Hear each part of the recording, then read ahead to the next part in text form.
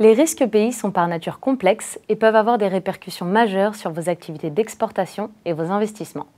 Dans le déluge d'informations qui nous inonde chaque jour, il n'est pas facile de distinguer l'important du superflu.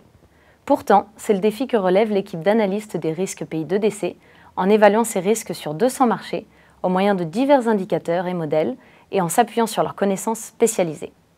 Voici quelques-uns des éléments que nous surveillerons au cours de la seconde partie de 2019. Commençons par la bonne nouvelle. Durant la première moitié de 2019, sur l'ensemble des marchés émergents, on dénombre pas moins de 18 améliorations de notation et 12 dégradations de notation. Le gros des améliorations se concentre d'abord en Europe, puis au Moyen-Orient et enfin en Afrique. Ainsi, la notation du risque de violence politique s'est améliorée en Roumanie, en Arménie et en Sierra Leone. Au Koweït, le tableau des risques de non-transfert, d'expropriation et d'ingérence de l'État est également plus positif.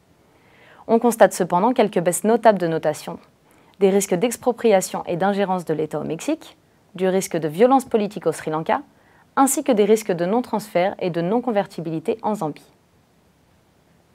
Notre équipe de spécialistes des risques pays utilise également une gamme définie d'indicateurs pour relever les signes d'une augmentation des vulnérabilités sur les marchés. En tête de la liste des pays touchés, on trouve la Mongolie, Bahreïn, Oman, le Panama, la Turquie, le Sri Lanka, le Liban, la Jamaïque et le Pakistan. Nous suivons notamment de près la conjoncture en Turquie, qui est marquée par le repli de l'économie, la dépréciation rapide de la livre turque, amorcée à la mi-2018, la récente victoire de l'opposition aux élections municipales d'Istanbul et l'abaissement de notation opéré par une agence de notation. Quels sont les principaux éléments dans notre ligne de mire? Le manque de prévisibilité des politiques, les difficultés de la monnaie locale et l'ampleur des créances commerciales expliquent nos préoccupations entourant les risques de non-transfert et l'instabilité du secteur financier sur ce marché. Au Pakistan, les niveaux élevés de la dette extérieure, les réserves et la dépréciation continue de la monnaie sont les grands points de vulnérabilité. Le pays profite de la signature récente de l'accord arrêté avec l'équipe d'experts au sujet de la mise en place d'un programme du FMI de 6 milliards de dollars américains en vue d'appuyer l'économie chancelante du pays. Toutefois, cette aide est assortie de plusieurs conditions, notamment le passage à un taux de change variable, ce qui annonce des réaménagements pénibles pour l'économie et la poursuite de la volatilité. D'autres marchés n'enregistrent aucun changement de notation, mais les tendances qui se dessinent font qu'ils demeurent sur notre liste des pays à surveiller. C'est le cas de la Libye, où la situation en matière de sécurité reste problématique, alors que le général Khalifa Haftar, commandant général de l'armée nationale libyenne, tente toujours de contrôler la totalité du territoire.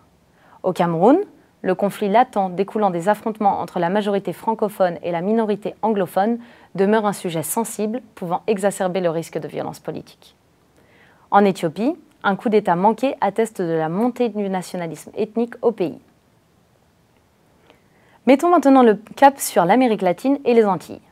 La crise des liquidités qui sévit depuis plusieurs années à Cuba s'est aggravée en raison des sanctions américaines. L'économie de la Barbade, quant à elle, s'améliore à la faveur de la mise en place d'un programme du FMI et d'un déficit budgétaire qui devrait se résorber après des années de bouleversements économiques et des pénuries de devises. En Europe, les risques restent prédominants en Italie du fait des constantes tensions au sein du gouvernement de coalition, et ce au moment où les prévisions font état d'une augmentation du déficit général du gouvernement et de la dette publique. Par ailleurs, nous continuerons de surveiller l'évolution du dossier du Brexit et la débâcle qu'il provoque, à l'approche de la nouvelle date butoir du 31 octobre. Une situation qui rend encore plus probable le risque d'un Brexit sans accord.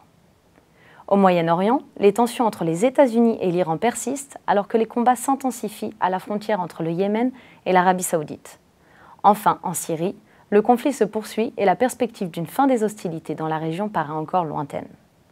En conclusion, grâce à une bonne connaissance des risques pays, vous pouvez prendre des décisions plus éclairées pour ce qui est du meilleur moment de faire des affaires et des marchés à privilégier. Et nous pouvons vous y aider à y voir plus clair. Pour accéder à plus d'informations et suivre l'évolution des marchés, nous vous invitons à consulter notre édition de l'analyse trimestrielle des risques pays qui est régulièrement mise à jour.